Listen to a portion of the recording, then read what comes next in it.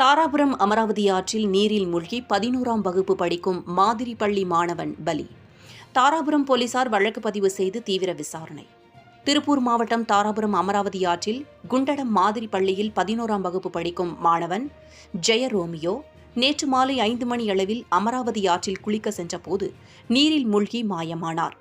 அவரை நேற்று தீயணைப்புத்துறை வீரர்கள் 16 பேர் நங்கூரம் அமைத்து நீரில் மூழ்கி தேடி வந்தனர்.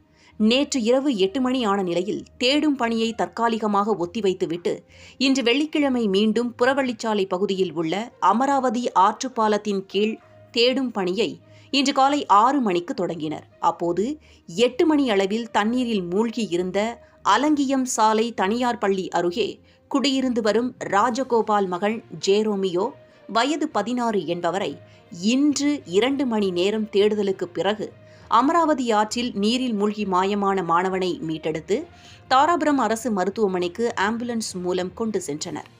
அங்கு ஜெயரோமியோவை இசிஜி கொண்டு மருத்துவக் குழுவினர் பரிசோதனை செய்தனர்.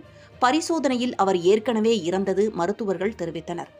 இதனை அடுத்து உடல் கூறாய்விற்காக தாராபுரம் பிரேத பரிசோதனை கூடத்தில் ஜெயரோமியோவின் உடல் வைக்கப்பட்டுள்ளது.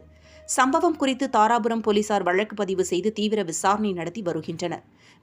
மேலும் பள்ளி மாணவன் அமராவதி ஆற்று நீரில் குளிக்க சென்றபோது மூழ்கி இறந்த சம்பவம் தாராபுரத்தில் மாணவர்கள் மத்தியில் பெரும் சோகத்தை ஏற்படுத்தியுள்ளது.